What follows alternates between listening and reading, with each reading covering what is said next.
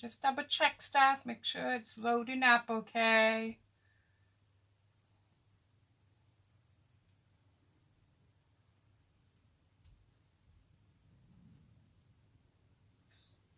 Okay, so loading up okay.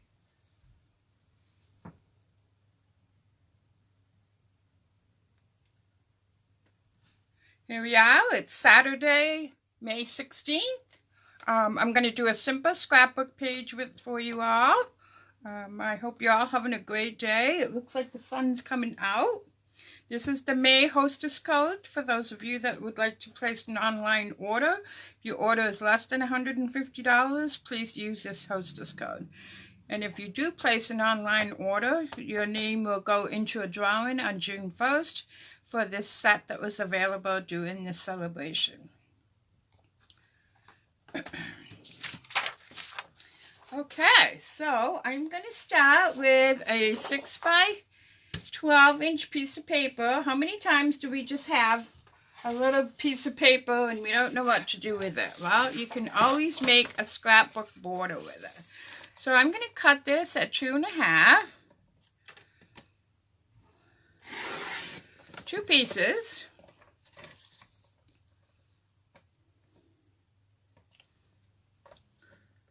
Get it lined up straight. And then I want a piece of contrast, so I'm going to cut 2 half-inch pieces.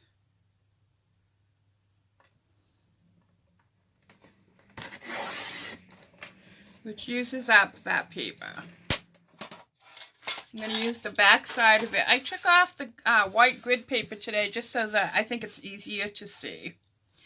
I also wanted to make my own border. I know we all have tons of border punches, but sometimes it's fun to use other elements to create a border page.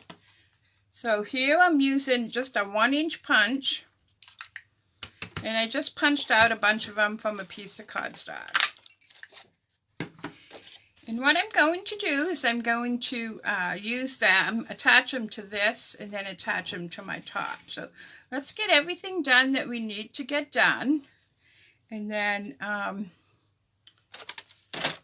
we can assemble the quick and easy pages. So remember, this is a 1/2 inch. Just taking my tape runner. And since it's a 1/2 inch and these are 1-inch circles, it's very easy to line them up.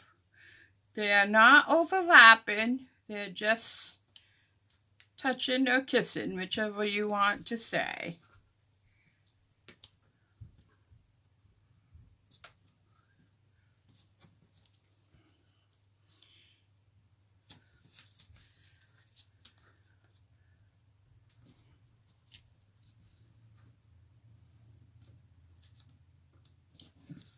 And then I'm going to put them on top of one of these strips that we just cut to add another layer.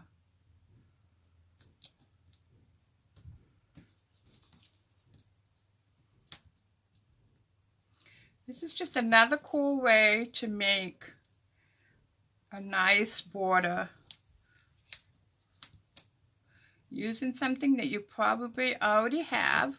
Of course, depends on what size circle, or if you did butterflies or squares, you would have to, you know, test it out how many it takes.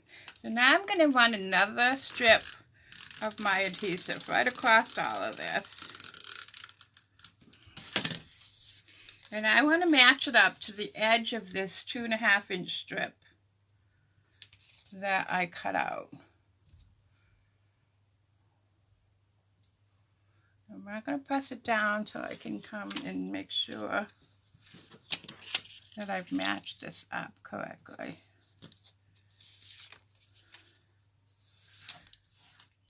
Yeah. Now for the magic of creating, I've already done one for the second page. So what I did, this is one of the pages. Actually, let me do it on this one, then you can see. So I take my neutral background. I'm always telling you guys that. I'm going to attach this right across the top here. But before I do that, I want to put a piece of contrast color. Now, I know it's hard sometimes to find enough of paper, contrast in paper, in your, you know, for cardstock. But at Stampin' Up, you can buy a package of 24 of the 8.5 by 11 paper. So I'm using my grid again, me and my grid. Since I know that there will be an inch on this side because my paper is 8.5 by 11, I want to make sure that this is up an inch from the bottom for balance. And then now I can put this across the top, just like that. So I'm going to put some adhesive behind it.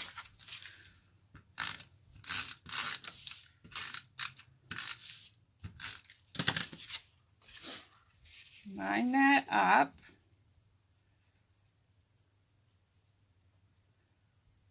Just like that.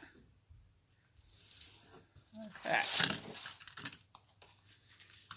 So then I'm going to use some photo mats that I have.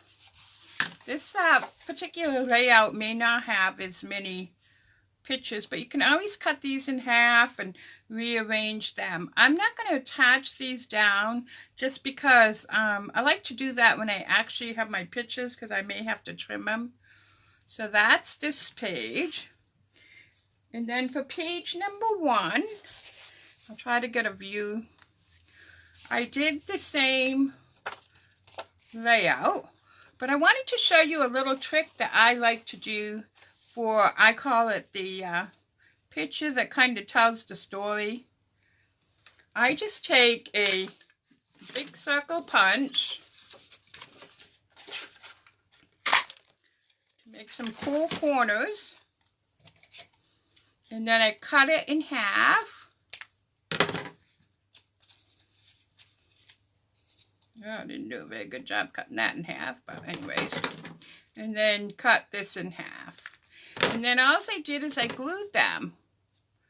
These I've left so that when I find the picture, I glue them just to give that one particular picture a little bit of emphasis, because it's telling my story. Now you can put this over, you could reverse them. I did just make a bunch of circles, pulling in some colors from the paper up here. So let me see if I can get how much of this I can get into the video frame.